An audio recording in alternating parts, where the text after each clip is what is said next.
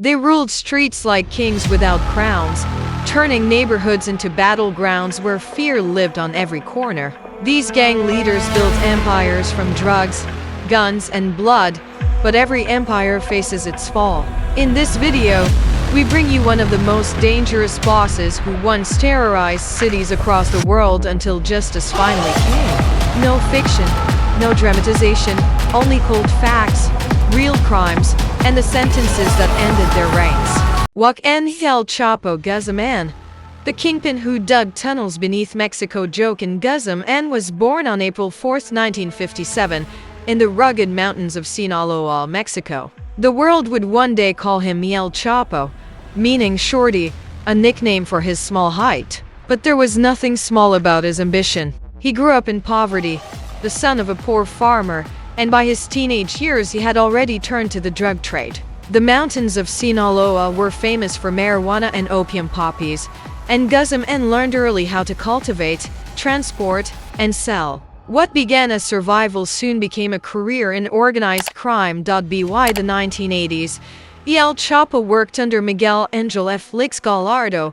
the godfather of Mexico's cartels. When Gallardo was arrested in 1989, his empire split apart, and Guzmán used that chaos to rise. He created what became the Sinaloa Cartel, which would grow into one of the most powerful drug trafficking organizations in history. It controlled cocaine, heroin, meth, and marijuana shipments worth billions of dollars. With networks stretching from Mexico into the United States, Europe, and Asia, El Chapo built his power onto tools, corruption, and violence. He bribed police, politicians, judges, even airport officials, so that shipments could move freely. At the same time, he used extreme violence against anyone who crossed him. Whole neighborhoods lived in fear of his assassins, known as sicarios, who carried out kidnappings, shootings, and massacres to enforce his rule. Ordinary families in northern Mexico remember living under curfews set not by the government but by the cartel.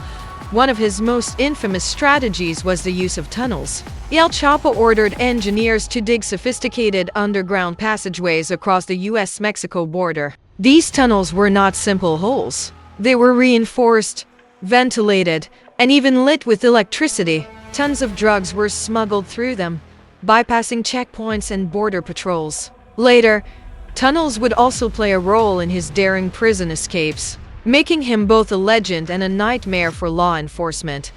The Mexican government captured El Chapo several times, but keeping him behind bars was another story.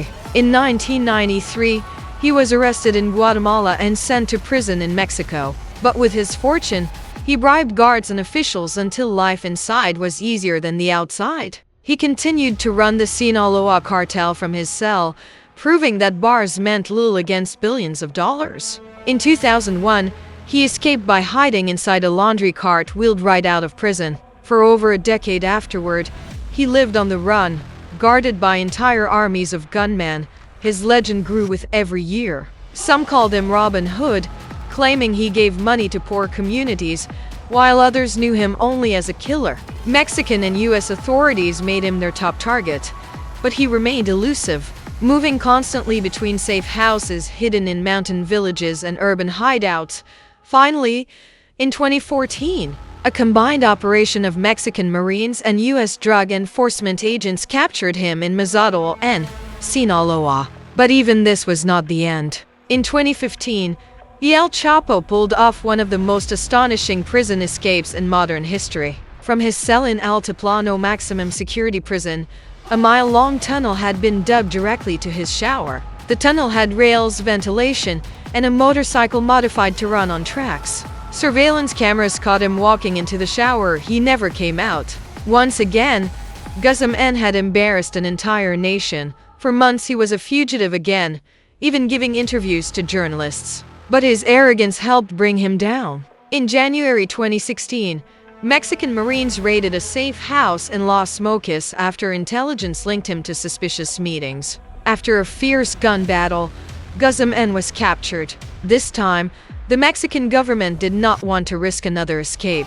In January 2017, he was extradited to the United States to face federal charges, His trial in Brooklyn, New York, became a global media event. Former cartel members, mistresses, and smugglers testified against him, detailing bribes, murders, and shipments worth billions.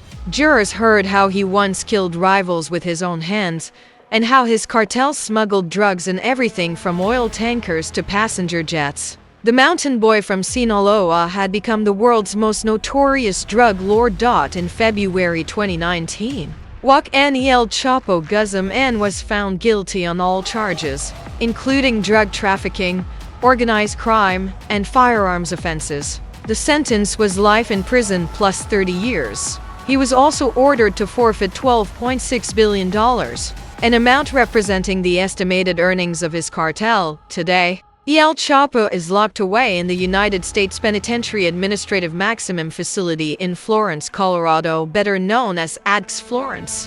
It is the most secure federal prison in America, designed to keep inmates isolated, with no chance of escape. El Chapo spends 23 hours a day in his cell, cut off from the empire he once ruled. His legend lives on in songs and stories, but his power is gone. The men who build tunnels under cities, who bribed presidents and terrified communities, now walks in circles inside a concrete box. His story is a reminder that no matter how powerful a gang leader becomes, justice eventually finds a way in.